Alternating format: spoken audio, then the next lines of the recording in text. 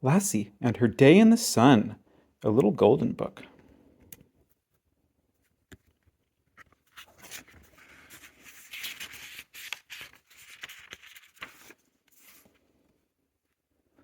Lassie was stretched out in her favorite spot, by the side of the road when Mr. Briggs, the rural mail carrier, drove by. "What a lazy life that dog leads," said Mr. Briggs to his friend beside him. "Nothing to do but lie in the sun and sleep the day away." After Mr. Briggs had driven on, Lassie stood up and stretched. Then she trotted over to the smith's place to see the new puppies. But the puppies weren't in their pen. Somebody had left the gate open.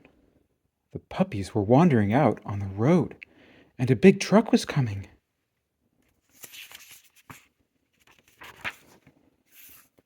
Lassie ran as fast as she could.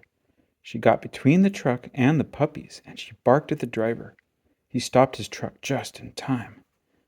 Mrs. Smith rushed from her house as Lassie nudged and pushed the puppies off the road. "Oh, Lassie," said Miss Smith, "those puppies might have been killed except for you. Good dog!" Lassie wagged her big bushy tail.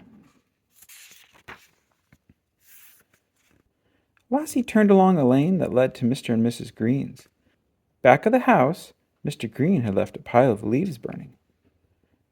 The wind was blowing the burning leaves toward a field of tall weeds, and the weeds were catching on fire. Lassie raced to the back door. She scratched and barked until Mr. Green and Tommy came out. "Good gracious," said Mr. Green when he saw the fire in his garden. He quickly turned the garden hose on the flames. After the fire was out, Tommy shook hands with Lassie. "Thank you, Lassie," he said. "You prevented a bad fire.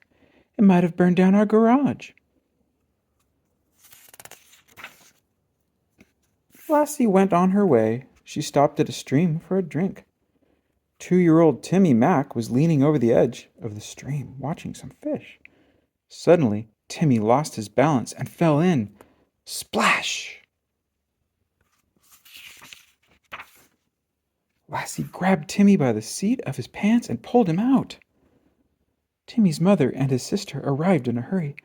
"Lassie," she said, "you saved my little boy."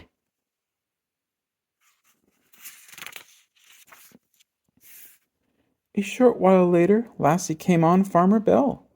He was having trouble driving his sheep through a gate. Lassie knew how to herd sheep. She barked and nipped and got the sheep through in a jiffy. "You've been a great help, Lassie," said Farmer Bell. Lassie trotted over to visit Miss Lawson. She found Miss Lawson dozing outside her kitchen door. A smell of something burning came from the kitchen. Lassie pulled at Miss Lawson's skirt and awakened her. "The stew!" Miss Lawson said. She ran inside and snatched the pan off the stove. "It would have burned up except for you, Lassie," Miss Lawson said. Lassie headed down the hill. A group of boys and girls were coming back from gathering hazelnuts. They were crossing Mr. Neal's pasture, and in the pasture was Mr. Neal's bad-tempered bull. The bull saw the children. It lowered its head and charged towards them. Lassie raced into the pasture. She made straight for the bull, barking and nipping.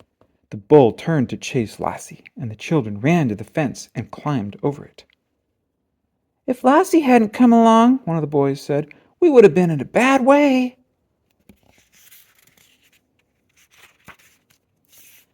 Lassie finally returned home and stretched out again in her favorite spot by the side of the road. A few moments later, Mr. Briggs, the mail carrier, drove back down the road. "Look at that dog," Mr. Briggs said to his friend. "She hasn't moved since we were here early this morning. What a lazy, useless animal."